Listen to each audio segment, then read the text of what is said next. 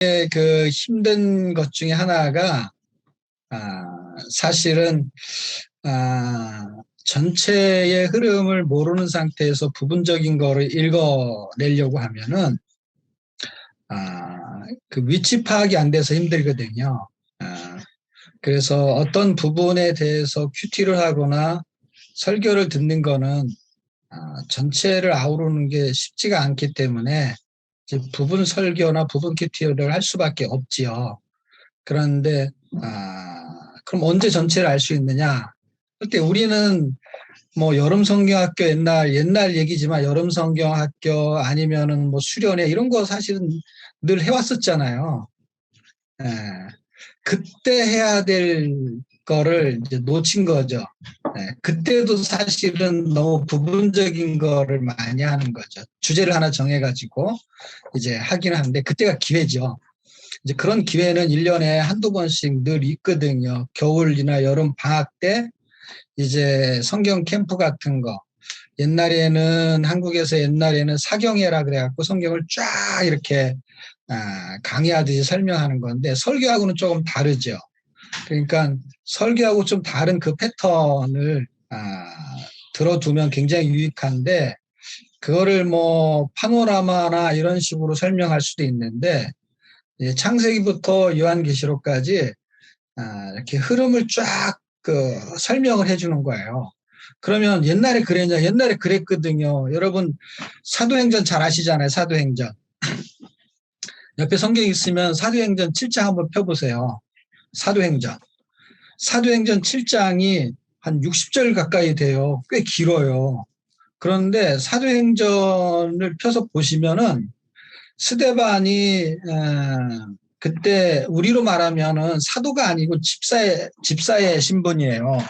그러니까 지금으로 말하면은 사도는 목회자라는 개념이라고 한다면 스데반은 집사로 임명을 했으니까 교회에 한 어떤 일을 담당하는 거죠.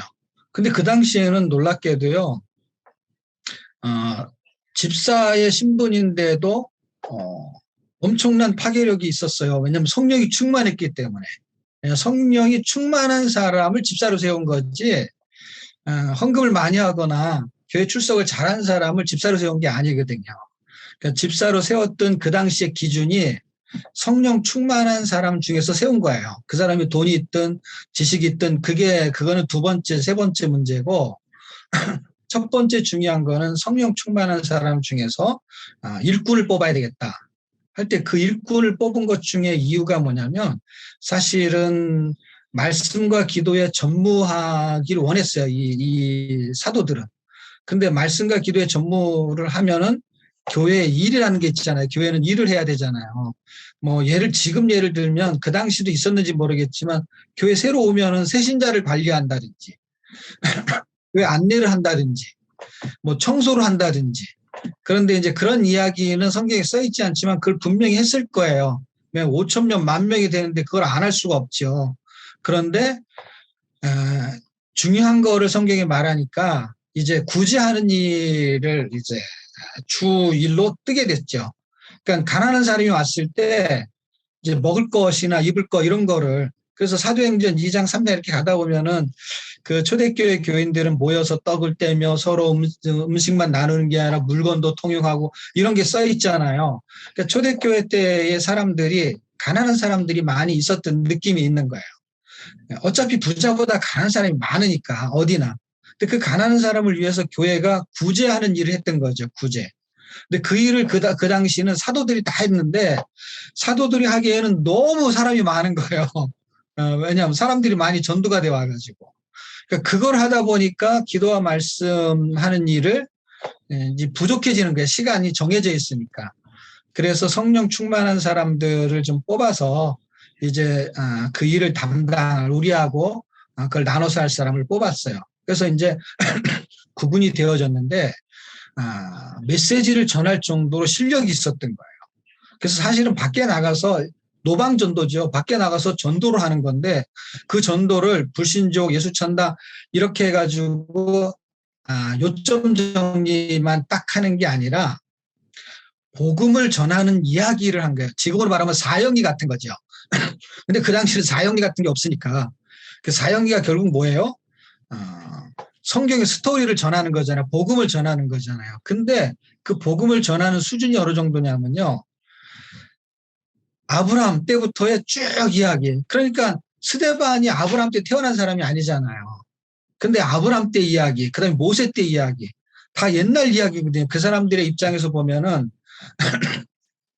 모세가 그 사람들이 태어나가지고 스데반의 입장에서 모세 같은 사람은 벌써 1500년 전의 사람이고 아브라함은 2000년 전의 사람이고 다윗은 1000년 전의 사람이에요. 그러니까 1000년, 1500년, 2000년 전의 이야기. 그러니까 2000년 전부터 쫙 이야기를 하는 거예요. 파노라마를 하고 있었던 거예요. 이 사람이 성경의 이 전체적인 이야기를 다 알고 있었던 거예요. 그러면 스데반만 알았을까라는 생각을 제가 해보면 대부분의 스토리를 그렇게 그 초대교회 사람들은 알았겠구나. 그러니까 대부분이라는 건 뭐냐면 전체 스토리를. 그러니까 지금 이 스데반이 살았던 그 시대에서 2000년이 지나면서 신학이 발달되고 신학의 수준들이 깊어지고 평신도들 중에서도 헬라어 히브리어에 대해서 박식한 사람도 많고 함에도 불구하고 교회의 평균적인 그 스토리에 대한 지식이 그 당시보다는 많이 부족해진. 부분적으로는 굉장히 세밀하게 만왕경하고 현미경으로 제가 예를 많이 드는데 이제 현미경처럼 잘 안 보이는 거 맨날 세미한 음색 그래가지고 그냥 세미하게 막 아주 조밀하게 성경을 막 쪼개고 막 이렇게 하고 연구해가지고 상당히 많이 이렇게 현미경 공부를 많이 했어요. 그런데 전체적인 흐름, 멀리 있는 이야기를 끌어당겨서 조명할 수 있는 거, 그건 만안경이거든요. 멀리 있는 거를 볼 수 있는. 그러니까 멀리 있는 것도 보고, 왜냐, 이 눈은 보이는 게 너무 작은 건 안 보이고, 너무 멀리 있는 건 안 보이는 거예요. 이 사람의 눈이. 그러니까 성경도 이렇게 보면은 너무 멀리 있는 이야기나 너무 이렇게 그게 왜 그런 뜻으로 말했지? 하는 세미한 거. 이게 잘 안 보이는 거예요. 그런데 세미한 부분에 대해서는 그래도 많이 연구를 많이 했던 것 같아요. 근데 이제 멀리서부터 여태까지 이렇게 쭉 당겨오는 거, 아코디언 같은 거 있잖아요. 이렇게 늘렸다 줄였다 하는 거. 성경의 이야기를 한 단어로도 말해보고, 두 단어도 말해보고, 그 다음에 한 문장으로도 말해보고, 그 다음에 그거를 쭉 당겨서 전체 스토리를 말해보고 하는 이만큼의 어떤 성경의 역사의 흐름이 있다면 창세기서부터 요한계시록까지 쭉 연결되어 있는 그거를 이렇게 적어도 이렇게 내용의 깊이는 둘째치고 창세기는 무슨 책, 출애굽기는 무슨 책, 그런 어떤 이렇게 흐름. 근데 스데반이 그 흐름을 쫙 얘기하는 거예요.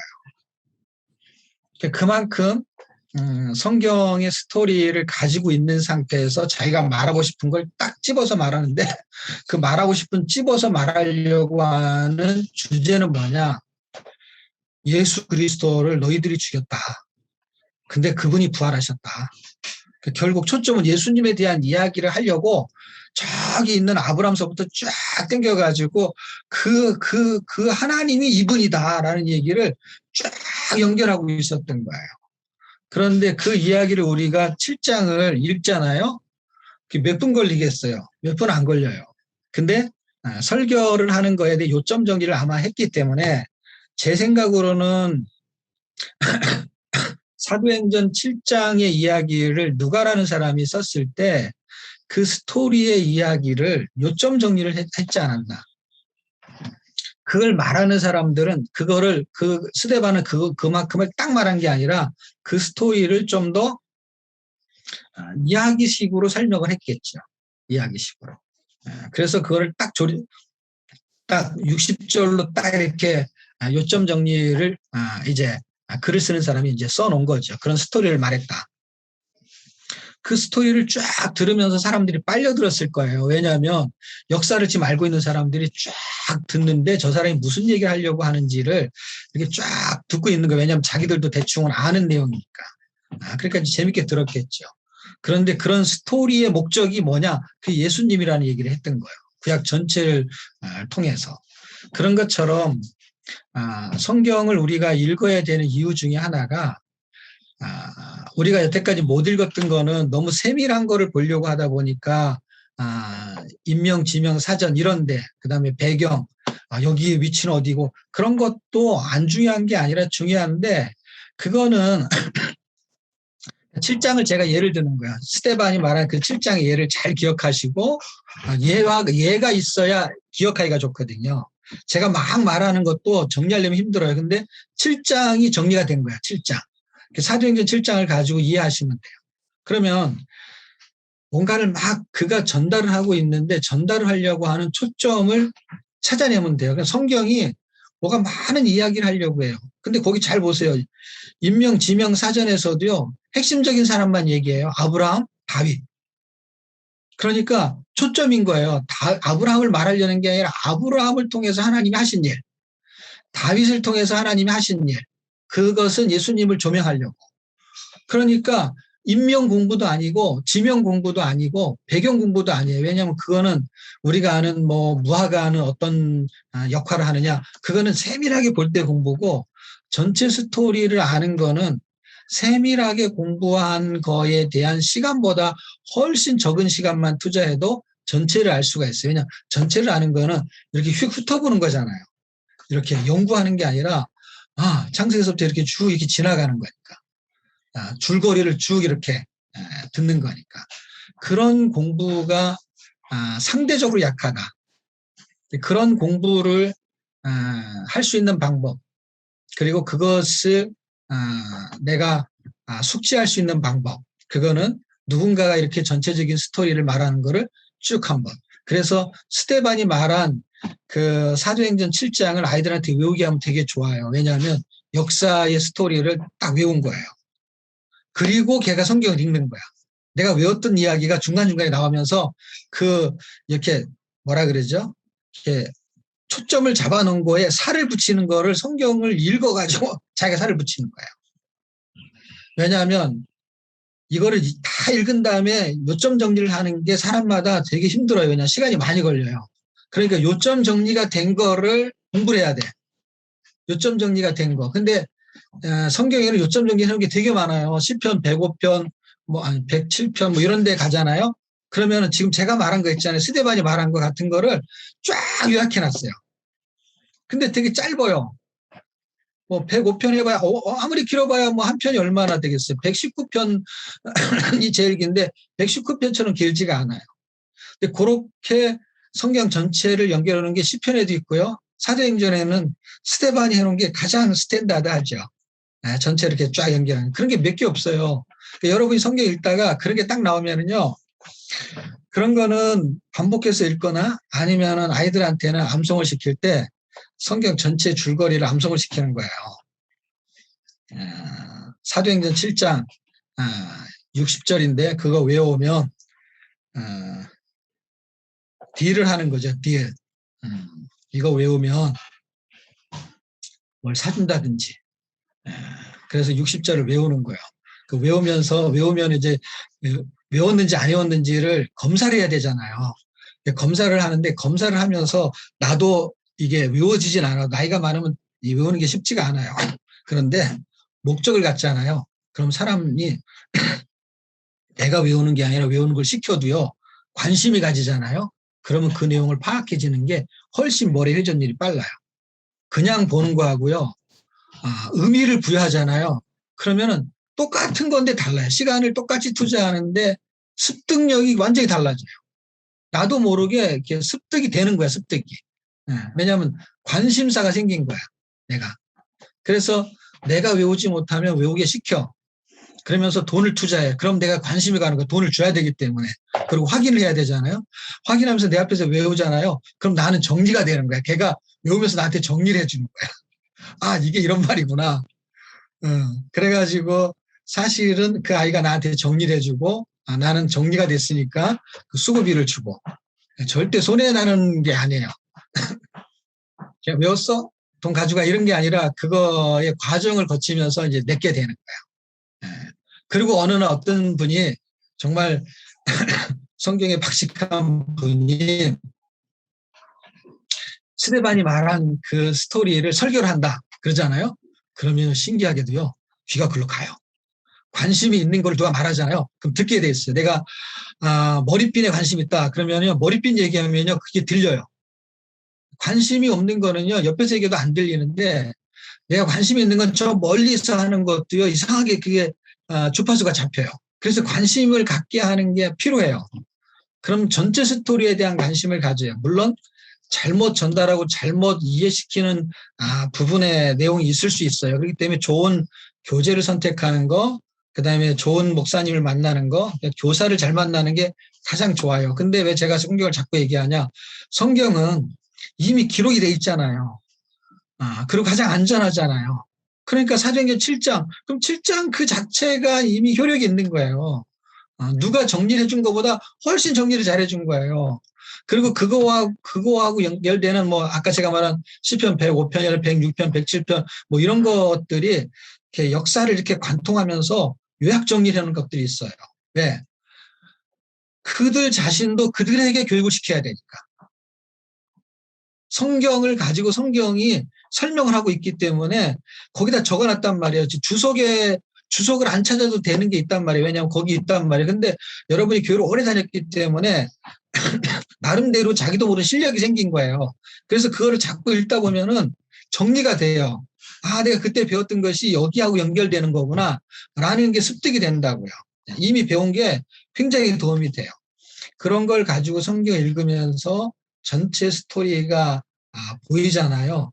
그럼 제가 딱 얻은 결론이 있어요.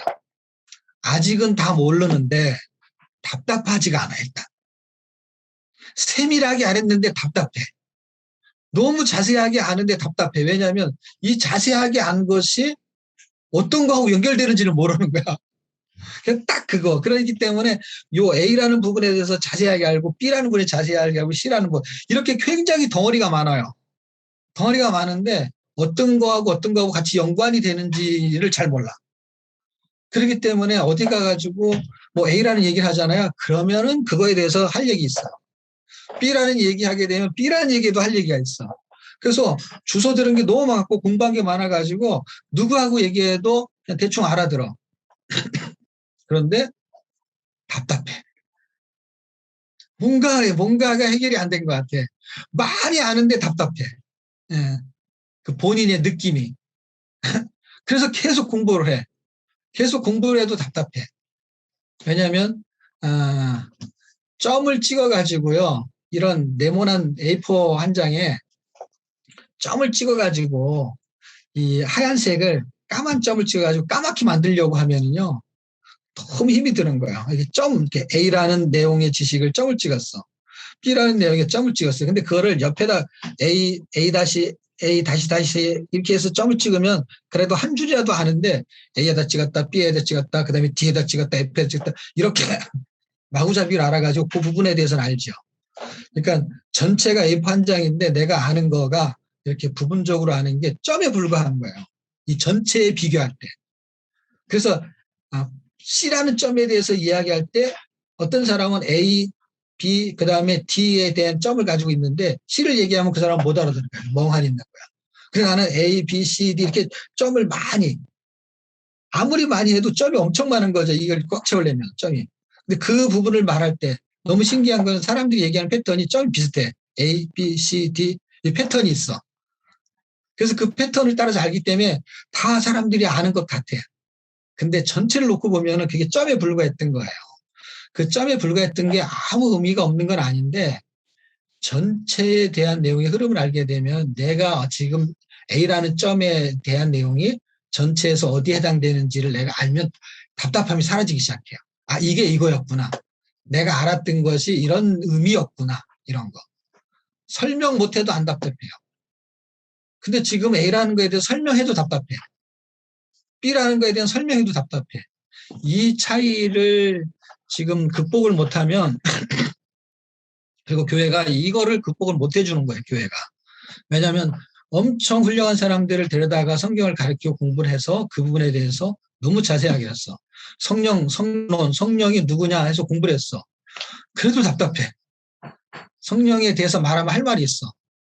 성령은 뭐 어떤 분이고 뭐 하나님, 예수님, 그다음에 성령님에 대해서 기본적인 것을 공부를 하거든요. 왜냐하면 기초 공부를 조직신학의 그 핵심을 공부해야 되니까. 아니, 하나님 누군지를 알아야 성경이 말하는 게 하나님이니까.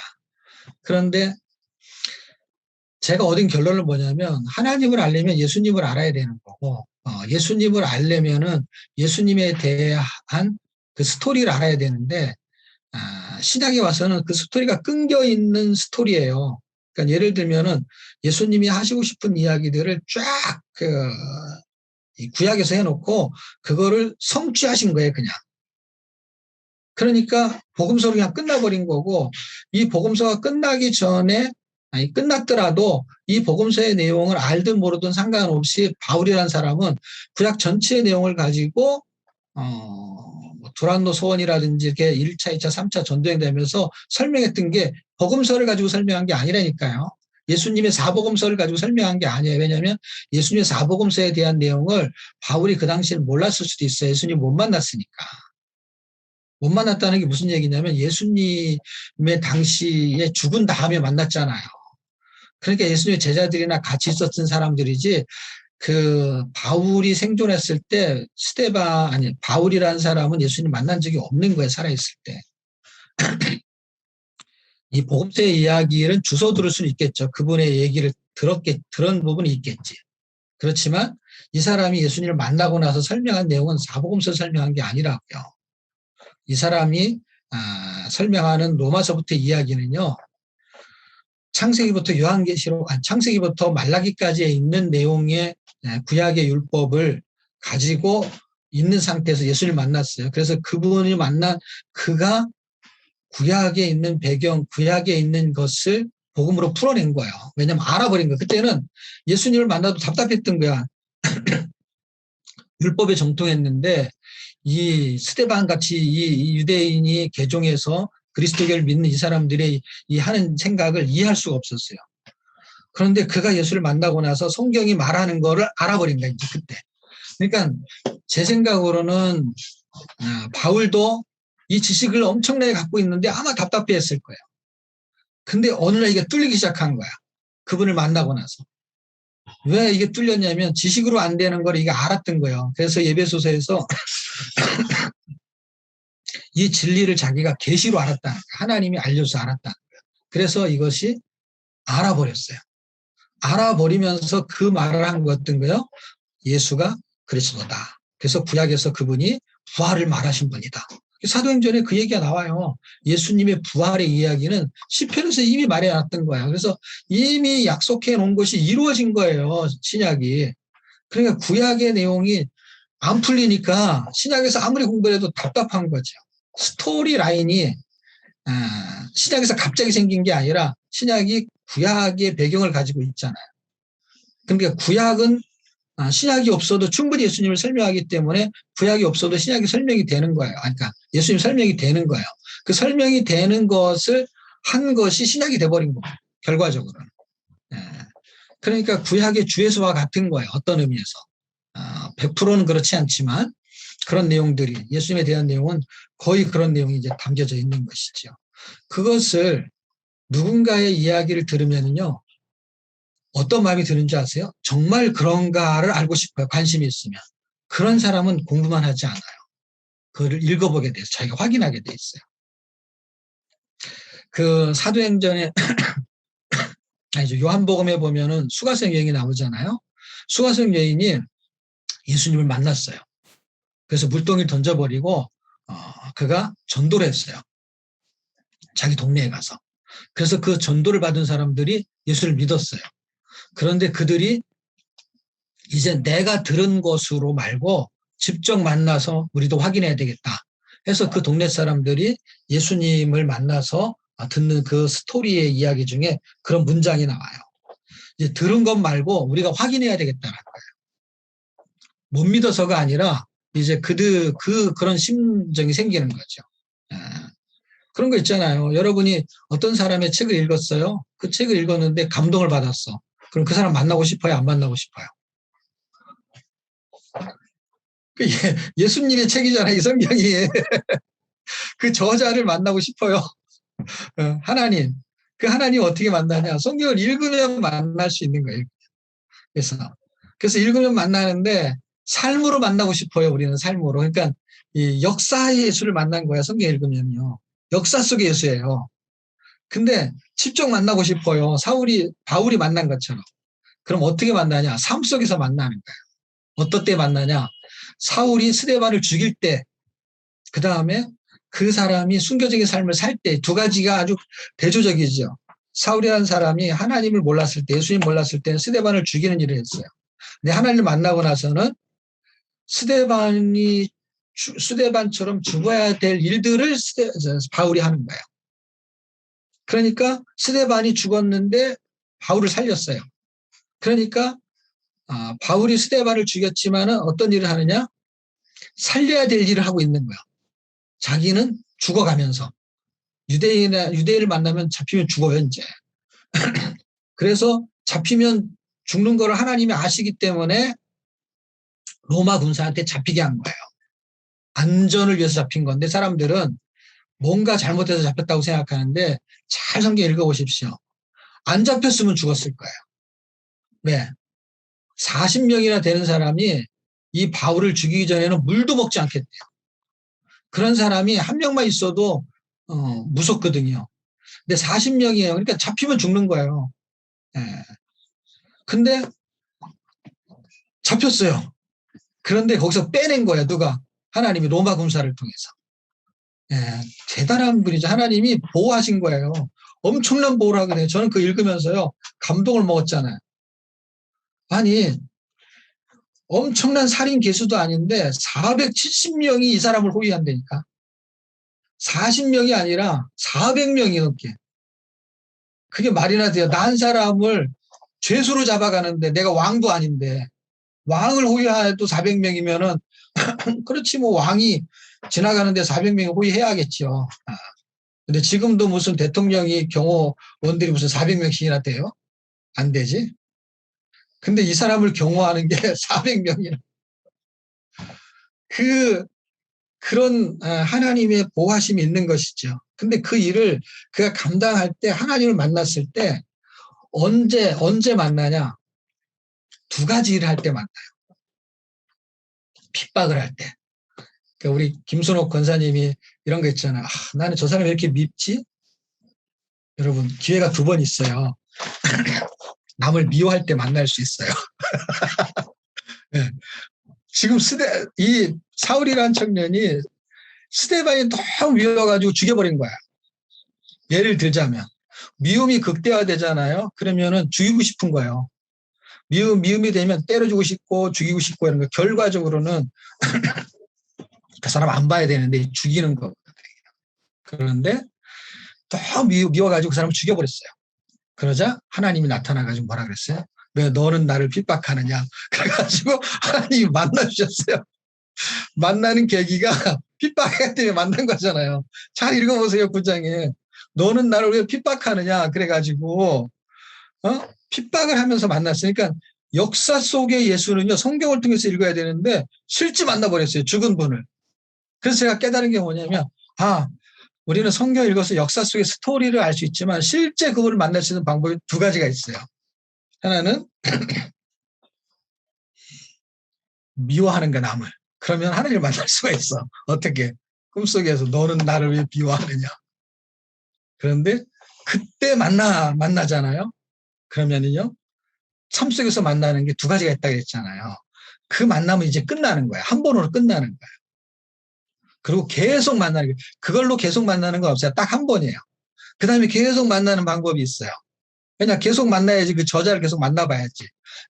그게 뭐냐요? 미워하는 게 사랑할 때 만나요.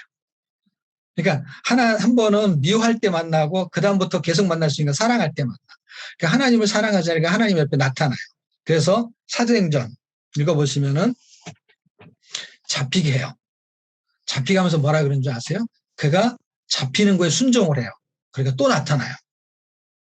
거기 성경에 천사가 나타나서 이렇게 말하는데 그게 주님이에요. 진짜 주님이에요. 그게 번역을 그렇게 해서 그렇지 주님이 나타난 거예요. 근데 주님은 승천하셨잖아요. 그 주님이 나타났고 뭐라 그러냐면 네가 로마로 가는데 가이사를 좀 만나라. 부탁을 해요. 하나님이. 가이사를 만나가지고 내 이야기, 내 스토리 그거를 전달해라. 복음을 전하라는 거예요. 그래서 만나요. 구약의 역사 속에서도요. 솔로몬이라는 사람이 하나님을 만나는데 2번 만나요. 열왕기상 3장에서 만나고 9장에서 만나요. 지혜로운 결정을 하면서 하나님이 진짜 통치자입니다. 하나님 진짜 왕입니다 하면서 지혜를 사용했을 때, 지혜를 구했을 때, 하나님의 지혜로 통치하길 원할 때, 그러니까 하나님의 지혜로 내 인생을 내 통치를 하나님께 맡길 때, 내 삶을 맡길 때, 그때 나타나요. 그리고 성전을 건축했을 때 또 한 번 나타났어요. 그러니까 주님이 나타나는 그 삶을 살 때, 그 삶이 미움이라는 거는 스데반 때문에 예를 제가 든 거고, 우리가 하나님을 만날 수 있는 거, 성도가 만날 수 있는 건 하나님을 사랑할 때 만나요. 삶 속에서 만나는 거. 그래서 여러분이 하나님을 사랑하는 거에 방식이 여러 개 있는데 오해하지 않고 하나님이 원하는 걸 할 때 사랑이라 그래요. 성경은. 그러니까 헌금을 많이 하는 거를 내가 하나님을 사랑해서 할 수 있어요. 내가 교회 가가지고 뭐 주일학교 교사라고 하는 거 그걸 내가 하나님을 사랑해서 할 수 있어요. 그러면 헌금을 하거나 헌신하는 게 하나님을 사랑하는 게 아니다라고 말하는 게 아니라 그게 맞는데 본질적인 걸 놓치면서 하게 되면 그게 아닐 수가 있어요. 아나니아 삽비라가 사도행전에 이게 나오는 게 이것도요. 아나니아 삽비라가 헌금을 했잖아요. 근데 하나님을 사랑해서 한 게 아니었잖아요. 그러니까 헌금을 하는 것의 목적이 자기한테 있었던 거죠. 봉사도 그럴 수 있어요. 그러니까 남들이 볼 때는 저 사람은 하나님을 사랑해서 하는 것 같아. 그런데 사람들은 속을 수 있어요. 그리고 속일 수 있어요. 근데 아나니아 삽비라가 하나님만 못 속였죠. 어떻게 성령을 속이려고 하느냐 할 때 하나님을 안 속는다는 거예요. 그러니까 그 이야기는 하나님을 안 속는다는 이야기를 하는 거예요. 섬기려고 할 때 속이지 말라는 거예요. 사람들은 다 속일 수 있죠. 아마 성령님이 안 나타났으면은 아나니아 삽비라가 한 거를 교회가 속았을 거예요. 근데 사람들은 다 속죠. 속이고. 그런데 하나님은 절대 안 속죠. 그러니까 하나님의 사랑이 나를 사랑해서 하는 거야라고 할 때 하나님은 네가 나를 사랑해서 하는 거 아닌데 이렇게 해버릴 수가 있다는 거죠. 나는 그렇다고 하는데 하나님은 아니라고 할 수 있는 거죠. 왜냐하면 내가 원하는 사랑을 해달라는 것이죠. 그 사랑을 이제 바울이 한 거죠. 스데반이 한 거고. 그러니까 스데반이 하니까 어떻게 해요? 하나님이 나타나잖아요. 그래서 딱 하늘을 쳐다보는데 어떻게 해요? 보좌 우편에 계신 예수님이 나타나잖아요. 다른 사람한테 안 나타나죠. 왜? 다른 사람들은 이렇게 뭐 구름만 보이는데 스데반한테만 보이는 거예요. 왜? 스데반은 그 사랑의 설교를 지금 하고 있는 건데 사랑의 그 삶을 사는 거예요. 그러니까 하나님을 사랑하는 삶을 살면 거기에 나타나는 거예요. 그러면은 그게 구약이냐 신약이냐 지금이냐 똑같아요. 마찬가지예요. 왜냐하면 하나님이 그때는 그랬고 지금은 안 그랬고가 아니라니까요. 여러분 민수기 13장과 14장 사건 다 아실 거예요. 가데스 바냐의 사건, 정탐군 사건. 그거 다 알잖아요. 그게 부분적인 성경 공부예요. 근데 지금 제가 부분적인 것들을 전체적인 거를 가지고 설명하죠. 주제가 전체적인 거 어떤 거요? 하나님이 만나 주신다는 거예요. 사랑을 하면. 공부를 하는 게 아니라 사랑을 하면. 바울이 공부를 했는데 못 만났잖아요. 근데 핍박을 할 때 만나고 그 삶에서 만나는 거면 성경에서 만나는 거 공부를 하는 거예요. 공부. 역사 속의 예수는 성경을 읽으면 만날 수 있어요. 공부를 하면. 근데 그가 실존하는 예수를 만날 수 있는 방법은요. 공부해서 만나지가 않아요. 그러니까 바울이 절대 못 만났던 거예요. 공부를 그렇게 열심히 했는데. 그런데 어떤 사건이 벌어지니까 삶 속에서 만나는 거예요. 하나님이 가나안 땅을 주겠다고 했어요. 모세가 정탐꾼을 보냈는데 12명이 갔는데 10명은 하나님이 주기로 한 그 땅을 호평을 한 게 아니라 악평을 했어요. 우리를 죽이려고 하나님이 보내는 거다. 그러니까 하나님을 믿지 않은 거야. 그러니까 거기서의 목적은 뭐냐? 그 기록된 내용이 하나님이 말씀한 걸 믿지 않았다라는 거예요. 근데 2명이 믿었다는 거예요. 하나님이 우리에게 준 그 땅은 약속의 땅이고 하나님이 우리에게 차지할 것이라고 했다는 거예요. 너희가 차지하는 게 우리는 행동만 하는 거고 차지하게 하실 분은 하나님인 거야. 주겠다고 한 분이 하나님인 거예요. 그러니까 그 약속을 믿어야 되는데 2명만 믿었던 거예요. 그 2명이 믿었는데 놀라운 일. 미움을 받으면은요, 하나님 나타나는 거예요. 스데반이 미움을 받았잖아요. 네. 스데반이 미움을 받았는데 그 미운 짓을 한 사람한테는 나중에 나타난 거지. 그 미움을 받은 그 사람한테 곧바로 누가 나타나냐? 하나님이 나타나는 거예요. 그러니까 이 악평을 한 사람들의 이 10지파가 2지파 중에 이 대표인 그 여호수아 갈렙을 죽이려고 하고 돌을 들어서 죽이려고 해요. 똑같은 현상이 나타나요. 죽이려고 할 때 하나님 나타나죠. 그래서 여호수아 갈렙을 살려주고 나머지 사람들이 대신 죽게 만들죠. 하나님이 나타나요. 그러니까 하나님이 나타난다는 건 뭐냐? 저자를 만날 수 있는 방법. 그 방법은 민수기 얘기를 하게 되면 약속을 믿는 거예요. 그 약속을 믿는 사람이 순종을 하는 거예요. 헌금을 많이 할 때 만났다. 이렇게 뭐 하는 간증이 있을지 모르겠어요. 근데 성경에는 그런 내용이 별로 없고, 약속을 믿는 거, 그 믿음에서 나타나는 현상, 그게 순종이에요. 그걸 할 때 만날 수 있는 거예요. 근데 그 순종을 하게 되면 나타나는 현상이 뭐냐? 미움을 받아요. 미워하는 게 아니라 미움을 받아. 스데반처럼. 여호수아 갈렙처럼 미움을 받아요. 그런데 그때 하나님이 나타나는 것이죠. 요한계시록도 사실 그런 이야기죠. 요한계시록도 하나님 나타나요. 그런데 내가 원할 때 나타나지 않기 때문에 사람들이 배교하고 힘들어하는 사건들이 요한계시록에 있었던 것이죠. 예수님을 믿는데 그 믿음 때문에 사람들이 막 죽어나가는 거야. 네로 황제 때문에, 도미티안 황제 때문에 사람들이 죽어요. 그럼 그때마다 나타나야 되는데 그때만 또 안 나타나요. 왜냐하면 죽어야 될 사람은 죽어야 되기 때문에, 순교해야 될 사람은 순교해야 되기 때문에, 그런 순교를 하고 난 다음에 그를 순교시킨 사람들 있잖아요. 그 사람들에게 하나님이 아마 꿈자리가 뒤숭숭하게 나타나겠죠. 이런 그 전설 같은 이야기를 혹시 아시나요?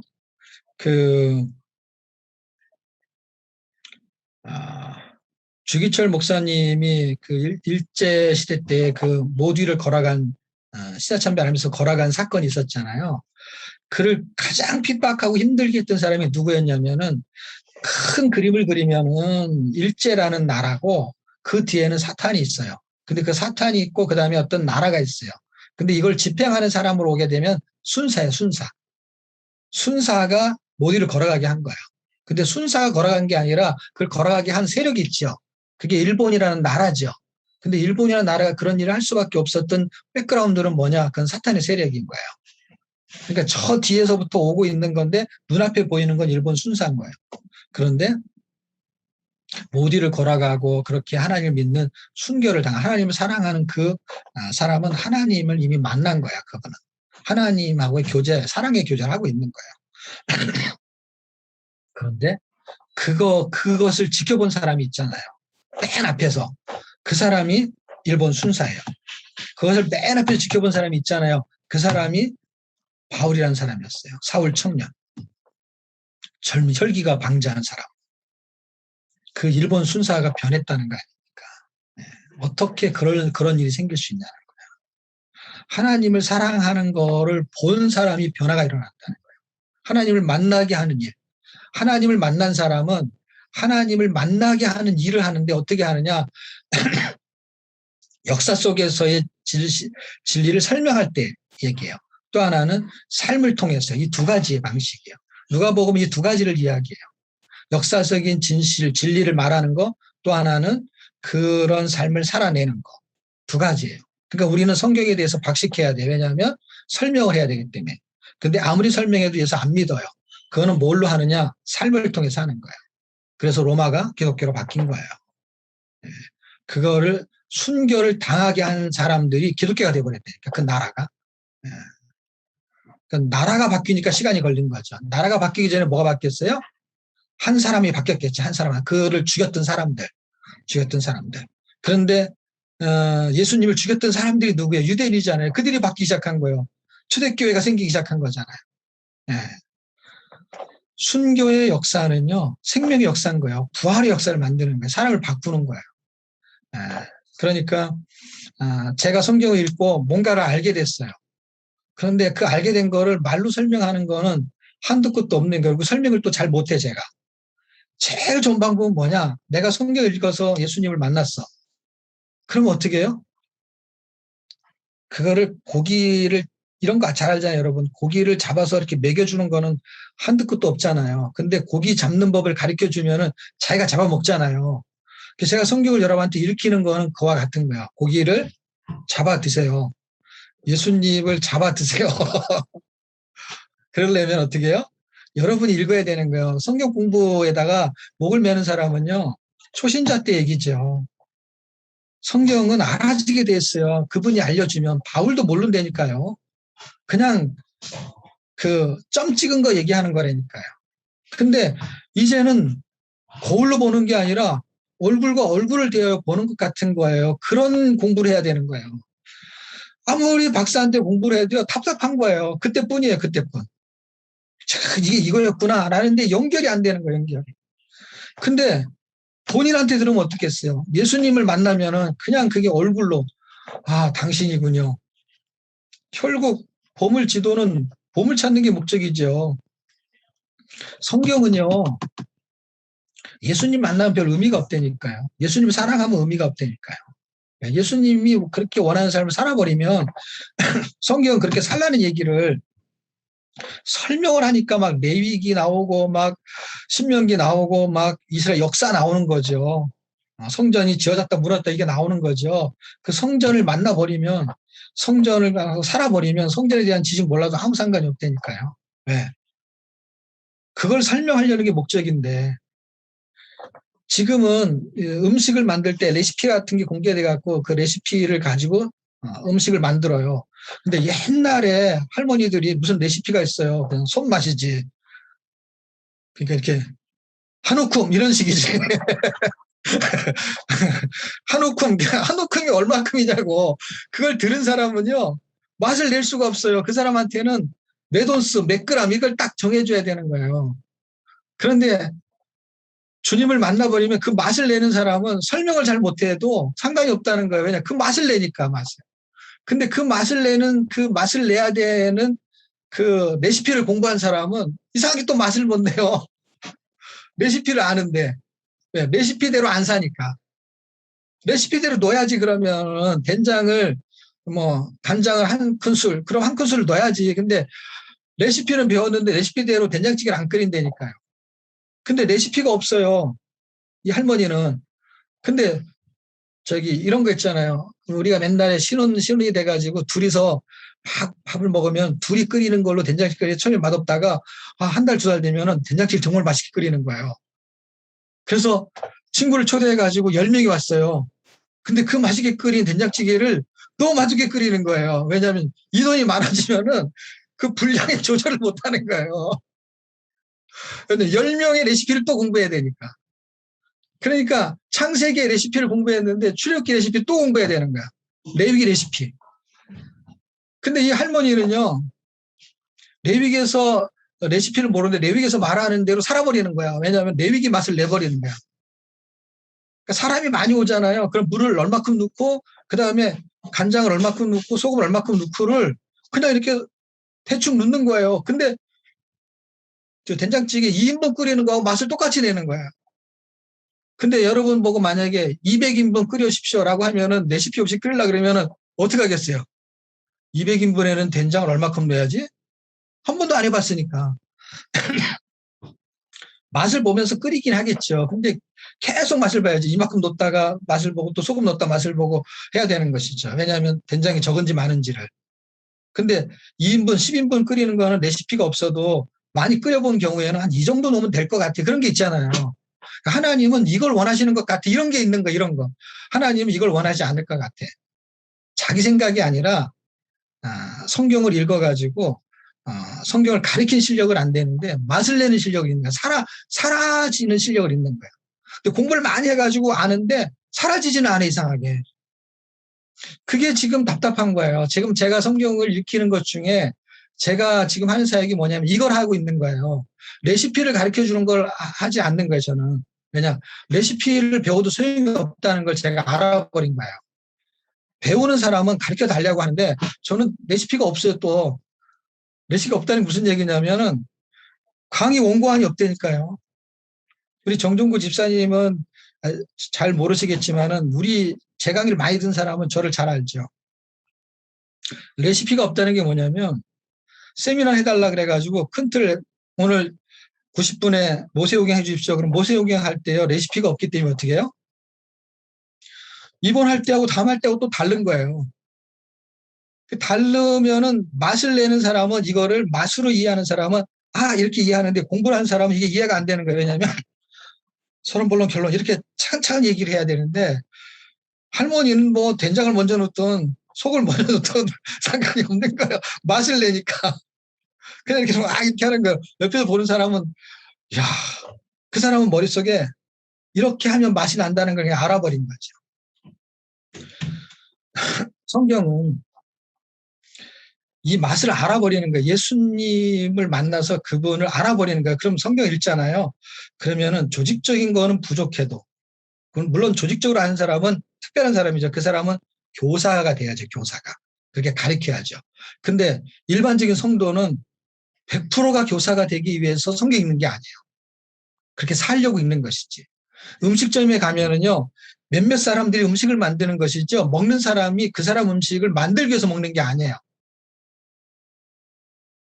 조리사가 있어가지고 그 사람이 음식을 만들 때 이 회사에 100명이 있는 사람들에게 밥을 먹게 하기 위해서 만드는 사람, 그 사람은 레시피를 가지고 잘 숙달된 그 실력을 가지고 해야죠. 근데 그런 실력을 가지고 해야 되는데 할머니는 레시피가 없는데도 그 실력을 만드는 사람이 있다는 거예요. 두 종류가 있다는 거예요. 이 사람은 교사 역할을 할 수는 없죠. 네. 얼마큼 넣어야만이 얼마의 맛을 낸다라는 이야기는 이 사람은 교사를 못하죠. 근데 A라는 사람, 이 사람은 교사를 해야죠. 신학대 교수를 해야죠. 이렇게 해서 이런 내용이야 하는 사람. 근데 목사는 다 이런 교사가 되는 게 아니거든요. 목사도 할머니 같은 목사가 있는 거예요. 그리고 교수 같은 목사가 있는 거고. 그럼 성도는 어떤 거냐? 성도는 밥을 먹고 그 힘을 가지고 살기 위해서 밥을 먹는 거예요. 밥을 먹는 목적이 그 레시피를 공부해가지고 그 레시피를 가리키기 위해서 성경을 먹는 게 아니란 말이에요. 그런 사람이 그 중에 나오는 건 맞아요. 그렇지만 하나님이 사람에게 세우는 어떤 지도자들이 있잖아요. 모든 사람이 다 성경 박사가 되기 위해 성경에 기록된 게 아니란 말이에요. 이렇게 살게 하는 건데 어떤 사람은 그걸 가리키는 거고 어떤 사람은 그걸 레시피를 모르지만 그렇게 살아내는 사람이 있어요. 그래서 성경 학자는 아닌데 그렇게 사는 사람이 있어요. 간증하고 돌아다니는 사람들. 그 말씀대로 살아버려요. 그러니까 어떤 사람은 레위기를 기가 막히게 가르치는 레위기 교수가 있어요. 근데 레위기대로 못 사는 사람이 있어요. 근데 레위기 교수한테 공부를 들어가지고 공부를 배운 사람이 배워도 그렇게 가르치지 못하는데 그거를 살아내는 사람이 있어요. 이게 얼마나 아이러니한 거예요. 두 가지를 다 하면 좋은데 두 가지를 다 하게 돼 있지가 않는 거예요. 하나님의 초점은 아는 게 중요하냐? 그 다음에 그 레시피를 아는 게 중요하냐? 할 때 아는 것도 원해요, 하나님이. 근데 가리키는 정도의 실력이 아는 걸 원하는 게 아닌 거를 이해하셔야 돼. 그러니까 내가 알았어요. 알았다는 건 이 맛을 내는 걸 알았는데 가리킬 수는 없어. 가리킬 수 있는 실력이 안 돼. 근데 맛은 낼 수 있어. 그걸 원해요. 그런데 맛을 낼 수 있는 것이 뭐냐? 그렇게 살아낼 수 있는 거야. 그러니까 살아낼 수 있는 걸 원하는 거야. 결론은 뭐냐? 레시피를 설명할 수도 있고 맛을 낼 수도 있는 교수를 만든 목적이 뭘까요? 사람들한테 이렇게 살게 하려고 만든 것이 너도 나처럼 공부하고 사는 걸 안 살아도 돼. 이게 아니잖아. 그러니까 초점은 뭐예요? 공부를 많이 했든 적게 했든 레시피를 알든 모르든 그거는 하나님한테는 두 번째로 중요한 거예요. 왜냐하면 그거는 수단이었기 때문에. 수단을 통해서 할머니처럼 하든 아니면 교수처럼 하든 그건 상관이 없다는 거예요. 하나님 편에서는. 왜? 그게 수단이니까. 다 교수처럼 해야 될 필요가 없는 거예요. 그래서 저는 교수처럼 하지 않는 거예요. 일부러. 왜? 저는 그냥 알아버린 게 중요한 거예요. 왜냐하면 나처럼 하는 사람이 더 많기 때문에. 나처럼 한 사람이 많다는 게 무슨 얘기냐면 이거를 살아내는 게 목적인 것인 걸 알아버린 거예요, 제가. 이게 살아내는 게 목적이지. 그러니까 수단에다가 에너지를 안 쓰는 거예요, 제가 에너지를. 적게 쓰는 거야. 저도 만들려고 하면은요, PPT 만들 수 있고, 그 다음에 모세오경 딱 이렇게 틀을 만들어서 할 수 있어요. 그게 제가 로마서를 지금 그렇게 강의, 우리 전종희 쌤 들어보셨죠? 로마서는 그렇게 한 거예요, 제가. 그리고 지금 요한계시록을 제가 그렇게 만들고 있어요, 지금. 준비를 하고 있는데, 성경을 일으키는 건 이렇게 해버리잖아요. 그럼 사람들이 공부만 해요, 또. 그래서 제가 그렇게 일부러 안 가르치는 거예요. 그리고 그렇게 안 가르치니까 그거에 대한 에너지가 안 나가요. 그렇게 하는 거는 그 머리가 안 돌아가, 이상하게. 시간이 아까워요. 그냥 그걸 만드는 게. 사람들은 그렇게 하면 저를 좋아하겠죠. 왜? 이야, 저 목사님이 PPT도 만들고 설명도 이렇게 하고 이렇게 해가지고, 이야, 정말 박식해. 그런 소리 들을 수 있겠죠. 근데 사람들이 저한테 그런 소리를 전 들어본 적이 별로 없어요. 왜? 안 하니까 그렇게. 그 사람들이 제가 브란노 바이블 칼리지에서 이 프로젝트를 하나 개발해가지고 이걸 홍보하려고 돈을 엄청 많이 써갖고 그게 구속사 개통이니까 저를 부산에 강사를 보냈어요. 강사가 2명이었는데 한 사람은 PPT를 딱 띄워가지고 설명을 막 하니까 사람들이 다 쳐다보고 저는 PPT 없이 그냥 제목만 하나 띄워놓고 강의를 했어요.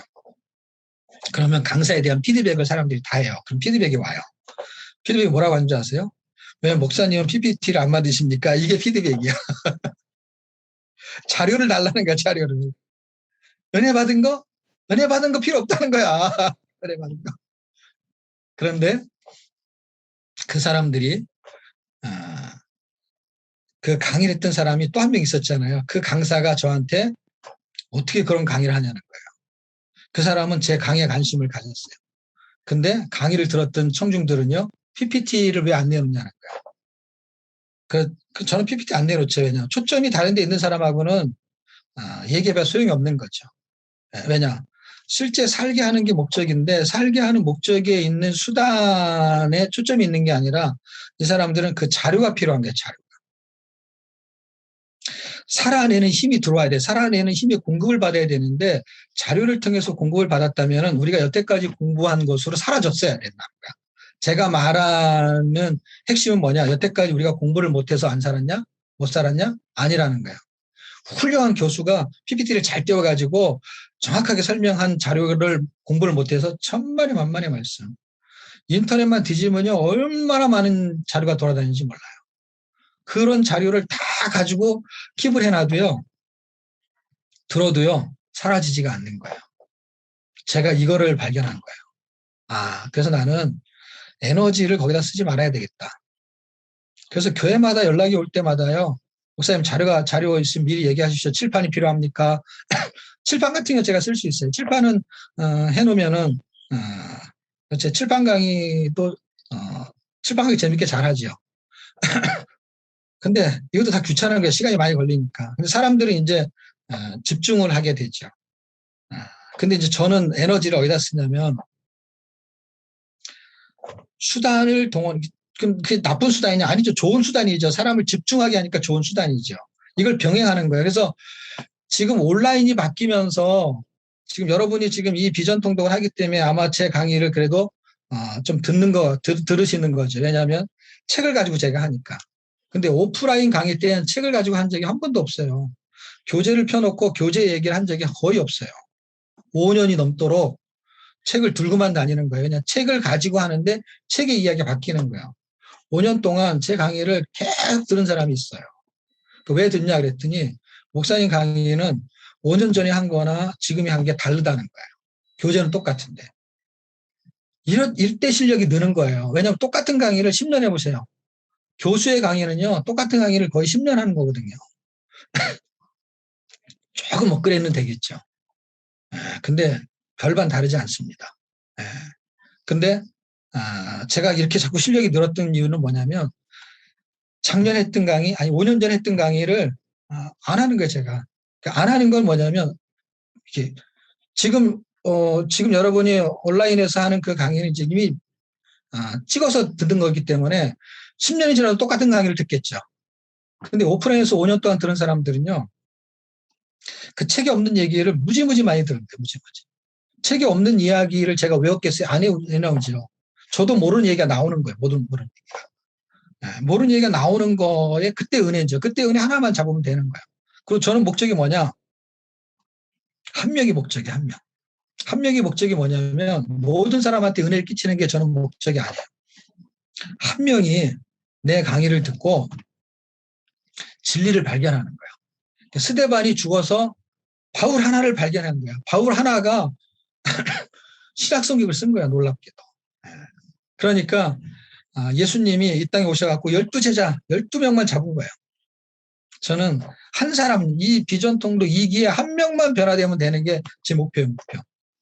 그 한 명이 내가 여러분을 선택하는 게 아니라 그 한 명의 변화를 일으키는 갈급한 사람 한 명이 하나님을 만나는 거죠. 그게 나는 내 이 수단을 통해서 한 사람. 그 사람이면 충분한 거야. 그 사람이면은요, 그 사람이 선교사면은요, 그 지역이 변화가 되고 그 사람이 목회자가 되잖아요.